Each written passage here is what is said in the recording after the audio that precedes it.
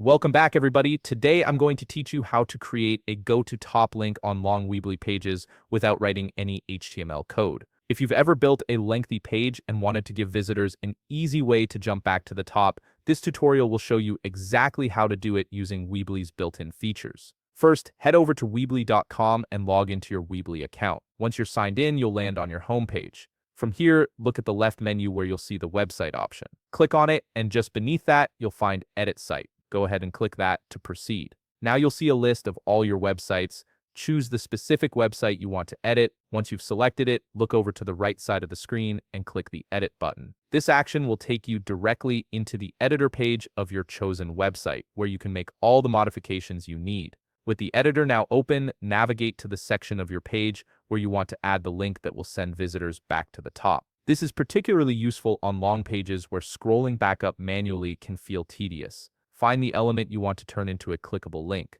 This could be a text block, a button, an image, or any other interactive element on your page. Once you've located the element, click on it to select it. You'll notice a link icon appear in the toolbar.